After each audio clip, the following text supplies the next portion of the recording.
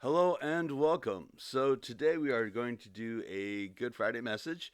Our message is going to be based off of Romans chapter 5, verses 6 through 8.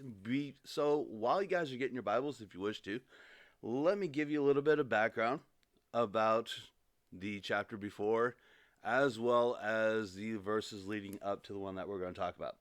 So basically, in Romans chapter 4, they talk about the example of Abraham and how he was justified in his works and how he basically was blessed and the promises that God had, uh, or God's promise realized through faith. So, chapter 5, we get results of the justification, where basically they talk about since we're justified by faith, we have peace through God. And then we get to our verses today. So, again, Romans chapter 5, verse 6 starts off with, "For while we were still weak, at the right time, Christ died for the ungodly. Indeed, rarely will anyone die for a righteous person. Though perhaps for a good person, someone might actually dare to die. But God proves his love for us in that while we were still sinners, Christ had died for us." So let's unravel this couple verses for you. So the first verse, basically, again, we were weak.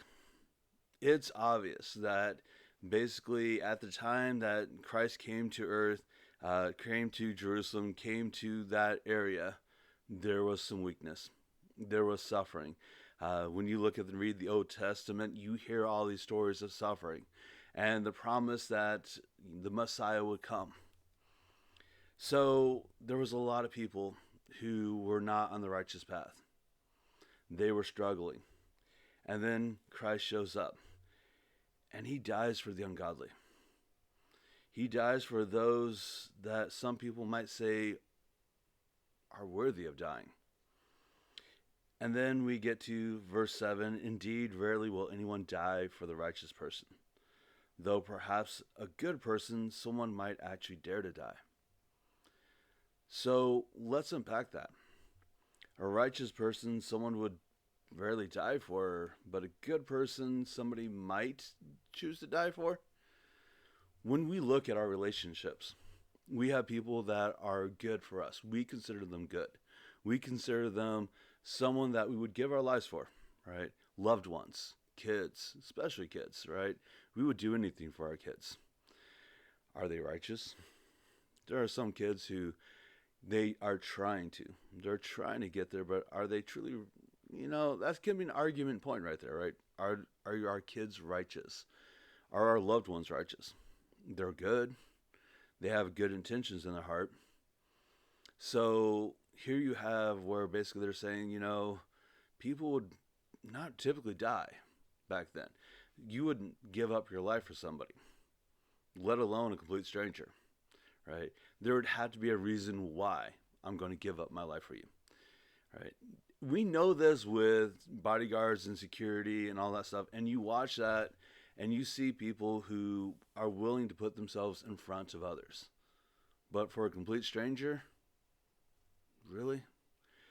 So when all of a sudden we have somebody who didn't know us, but knew that we have potential, and they decide to die for us, take our place, that's kind of amazing, right?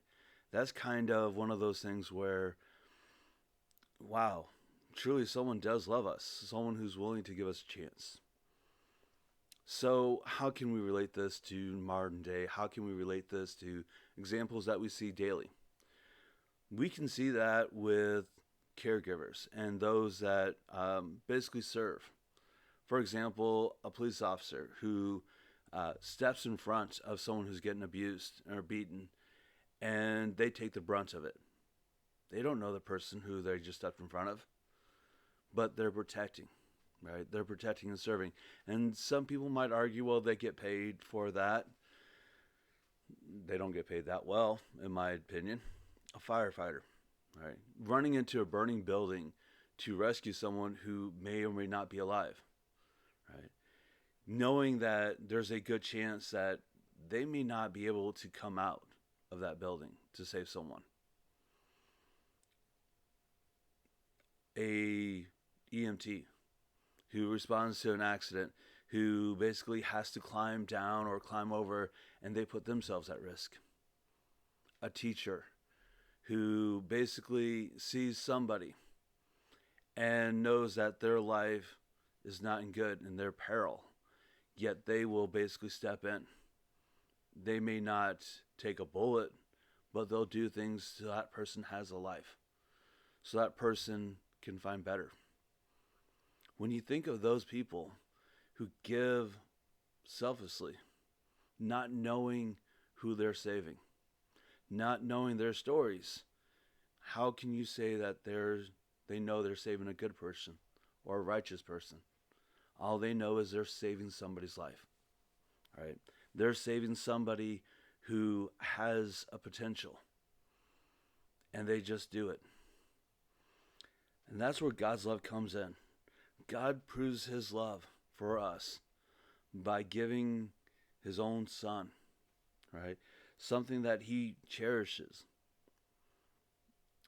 Recently, I experienced where I've discovered that someone had cared or cares about me greatly. And to watch them feel pain because of them worrying about me, that brought tears to my eyes, right? I am, I'm going to be stubborn. I'm going to be the type of guy, it's going to take a lot to bring me down.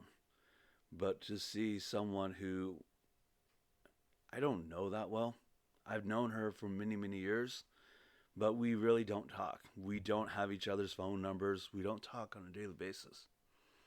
And to see how much my situation was affecting her, that meant a lot, right? That showed me that I care, or that she cares about me. And again, I'm just an acquaintance. That's what some people would consider us to be. We're acquaintances. We've known each other for years. Here, God is saying, I'm going to give something that's so precious, something that's worth more than gold and silver, and I'm going to selflessly give it so that way you can have a better life. When we focus on the crucifixion of Jesus, there's a lot of stories about the agony and the pain and the fact that Jesus had saved another soul, right? He'd done so much, and at times where we could say, you can rest, he still worked. He still pleaded for us. He still argued our case. That's a lot. That's amazing that we have someone that cares about us so much that they would argue with their last breath. Do it selflessly. So as we go through Good Friday, as we get ready for Easter, as we get ready to celebrate the resurrection, let us focus on those people who gave selflessly for us, who did things without asking for thanks or to be acknowledged. Those people, that the unspoken heroes that pushed us forward. Let us also reflect on what God and Jesus did to basically fight for us, even though we may not have deserved it. They seen the potential in us. And when they showed us that potential, they gave us that chance, that opportunity to better ourselves. So let us live for those people. Let them become an example for us, and may we become that example for someone else. May God bless you. Until next time, thank you so much for paying attention. Hope you guys have a good day.